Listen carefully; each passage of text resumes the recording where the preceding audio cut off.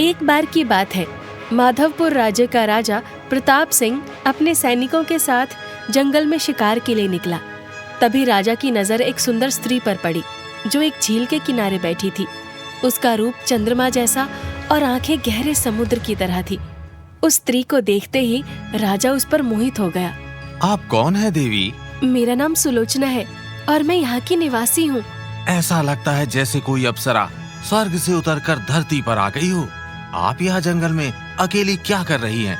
क्या आपको पता नहीं कि इस जंगल में कितने खतरनाक जानवर हैं? मैं इस दुनिया में बिल्कुल अकेली हूँ और ये जंगल ही मेरा घर है। मुझे किसी से डर नहीं लगता। हम माधवपुर राज्य के राजा हैं और हम आपसे कुछ कहना चाहते हैं।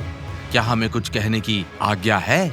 आप राजा हैं, आपका हक है, आप कह सकते हैं। आपकी सुंदरता ने हमें मोह लिया है। हम आपके सामने विवाह का प्रस्ताव रखते हैं। क्या आप हमसे विवाह करेंगी? महाराज, आप ये क्या कह रहे हैं? मैं एक मामूली सी लड़की आपसे विवाह कैसे कर सकती हूँ? हमें इससे कोई फर्क नहीं पड़ता। बस आप एक बार हाँ बोल दीजिए। हम आपसे एक पल भी अब दूर नहीं रह सकते सुंदरी। सुलोचना थोड़ा सोचती है। फिर हम आपसे विवाह एक शर्त पर कर सकते हैं महाराज। हम आपकी हर शर्त मानने के लिए तैयार हैं। बताइए, क्या शर्त है आपकी? मेरी ये शर्त है कि विवाह के पश्चात आप हमें दिन में ही देख पाएंगे।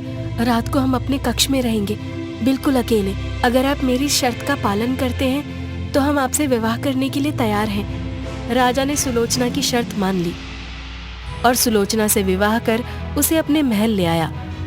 सुलोचना की सुंदरता की खबर पूरे राज्य में हवा की तरह फैल गई। कुछ दिन बीत जाने के पश्चात महल में कुछ अजीब घटने लगा। महल के लोग गायब होने लगे। महल के पीछे मरे हुए लोगों के शव मिलने लगे। महाराज, हम सत्य बोल रहे हैं।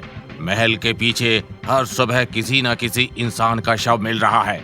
शायद कोई है खूंखार जानवर या दैत्य जो हमारे महल के लोगों को मार रहा है। असंभव! ये कैसे हो सकता है? हमारे होते हुए हम अगर अपनी प्रजा की रक्षा नहीं कर सकते तो हमारे राजा होने का कोई फायदा नहीं। हम खुद इस बात की खोज करेंगे। राजा ने रात भर जागकर पता लगाने की कोशिश की, पर राजा को कोई सुराग नहीं मिला। राजा ने महल और महल के बाहर भी कड़ी निगरानी करवा दी। कुछ भी हो जाए, हम उस खूनी दरिंदे को पकड़ कर रहेंगे। हम इन सब में ऐसे फंस गए कि हमारा सुलोचना की तरफ ध्यान ही नहीं गया। काफी दिन हो गए सुलोचना को देखे बिना, पर हमें ये समझ नहीं आ रहा, अगर वो हमसे प्रेम करती है तो उन्होंने ऐसी शर्त रखी क्यों? क्या वो हमसे कुछ छिपाना चाहती हैं? राजा ये सब जानने के लिए चुपचाप सुलोचना के कक्ष की ओर बढ़ा। उसने दरवाजे की दरार से झांका और जो दृश्य उसने देखा उसकी तो जैसे सांसें ही थम गई। उसने कक्ष में देखा कि एक राक्षसी है जिसकी लाल आंखें, लंबे नाखून और नुकीले दांत दिखने में खून की प्यासी राक्षसी लग रही थी। राजा ने चुपचाप दरवाजा खोला। राक्षसी मृत व्यक्ति के शव को खा रही थी।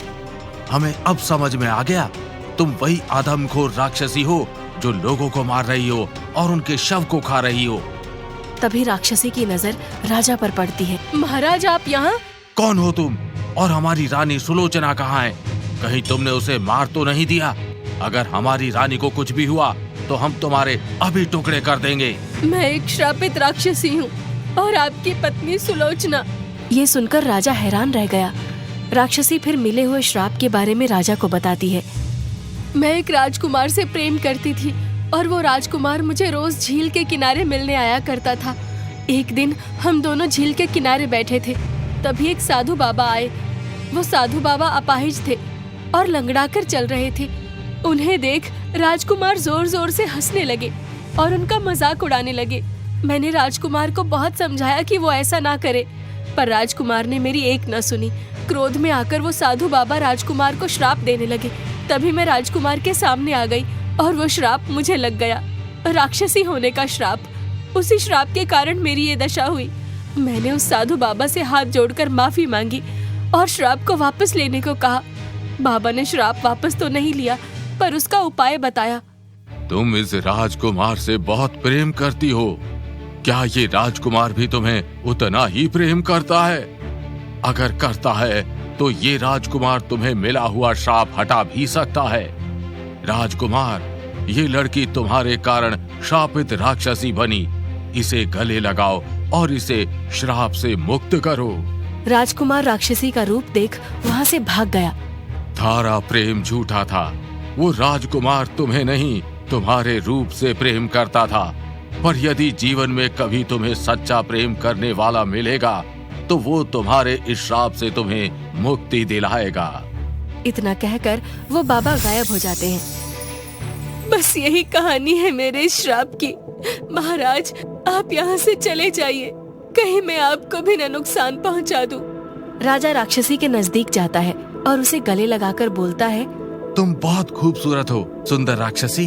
मैं तुमसे सच में बहुत प्रेम करता हूँ। राजा के इतना बोलते ही राक्षसी पहले जैसी सुलोचना में बदल जाती है और साधु बाबा का दिया हुआ श्राप भी खत्म हो जाता है। सुलोचना राजा के सीने से चिपकी रहती है और उसे धन्यवाद कहती है।